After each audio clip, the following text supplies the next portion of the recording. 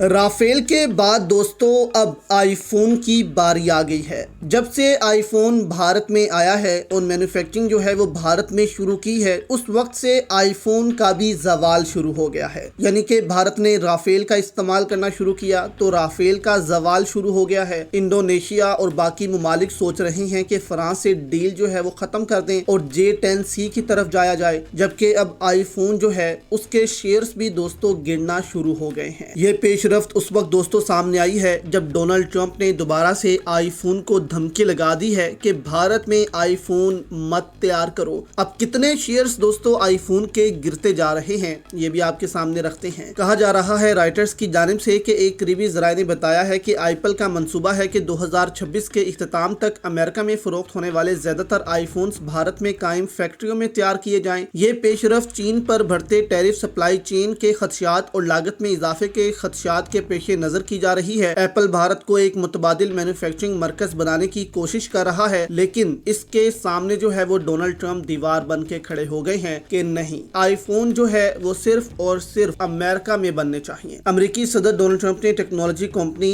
Apple کو خبردار کیا ہے کہ اگر امریکہ میں فروخت ہونے والے آئی فون ملک کے اندر تیار نہ کیے گئے تو کمپنی کو 25% درآمدی ٹیرف ادا کرنا ہوگا، یعنی کہ 25% جو ہے وہ اس پر ٹیکس جو ہے وہ لگا دیں گے۔ اس کے ساتھ ہی صدر نے یورپی یونین سے آنے والی مصنوعات پر بھی 50% ٹیرف کی سفارش کی ہے، جس سے عالمی مارکیٹوں میں دوبارہ کشیدگی کی لہر دوڑ گئی ہے۔ یعنی کہ یورپ پر بھی ٹیرف لگیں گے اور ایپل جو بھارت میں بن رہے ہیں اس پر بھی جو ہے وہ ٹیرف لگیں گے۔ اب کہا جا رہا ہے کہ ٹرمپ کے اس بیان کے بعد مارکیٹ میں شدید رد عمل دیکھنے میں آیا۔ پری مارکیٹ ٹریڈنگ میں ایپل کے حصص کی قیمت میں 3.5% تک کمی واقع ہو چکی ہے، یعنی کہ ایپل کے شیئرز جو ہیں وہ 3.5% تک گر چکے ہیں، جیسے رافیل کے گرے تھے۔ پاکستان نے جب رافیل گرائے تھے تو رافیل کے شیئرز کچھ دن میں 5%، جبکہ ٹوٹل اب تک 15% شیئرز جو ہیں وہ گر چکے ہیں، جبکہ آئی فون کے بھی کہا جا رہا ہے کہ 10 سے 15% تک شیئرز گر سکتے ہیں۔ اور آئی فون جو ہے وہ اب